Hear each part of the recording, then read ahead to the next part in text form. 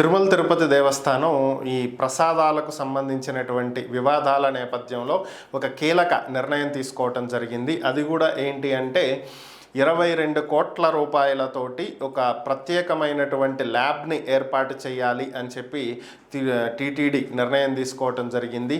సాధారణంగా మీరు ఎప్పుడైనా సరే గమనించి ఉంటే మనం తినే ఆహార పదార్థాలు ఏవైతే ప్యాకేజ్డ్ ఫుడ్స్ ఉంటాయో అవి ఏవైనా కావచ్చు, బిస్కెట్ ప్యాకెట్స్ కావచ్చు, టీ ప్యాకెట్స్ కావచ్చు, లేదంటే వంట నూనెలు sunflower oil, groundnut oil, palm oil, rice bran oil ఏదైనా కావచ్చు.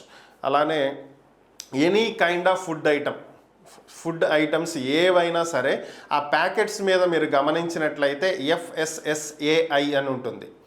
సో సర్టిఫైడ్ అనమాట. ఇది అంటే ఇది ప్రభుత్వ రంగ సంస్థ food safety and security authority of India అంటాం దీన్ని. సో వీళ్ళు సర్టిఫై చేశారు ఈ ఫుడ్ తినవచ్చు అనేది దాని మీనింగ్. సో ఇప్పుడు FSSAI ఆధ్వర్యంలో ఒక ల్యాబ్ని ఏర్పాటు చేయబోతున్నారు. దీనికి సంబంధించి 12,000 చదరపు అడుగుల స్థలాన్ని కూడా టీటీడీ కేటాయించినట్లుగా తెలుస్తుంది.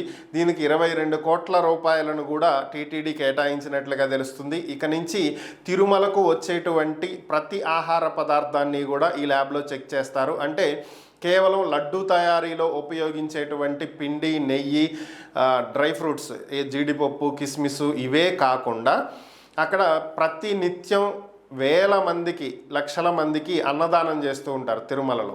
ఈ అన్నదానానికి ఉపయోగించేటువంటి రైస్ కావచ్చు, కూరగాయలు కావచ్చు, నూనెలు కావచ్చు, ఇక్కడ వీటిని కూడా పూర్తి స్థాయిలో పరీక్షించి నాణ్యత కలిగినటువంటి వాటిని ఇక నుంచి ఉపయోగించాలని టీటీడీ నిర్ణయం తీసుకోవడం జరిగింది. దీనికి తగ్గట్టుగానే FSSAI ల్యాబ్ని ఇక్కడ ఏర్పాటు చేయబోతున్నారు.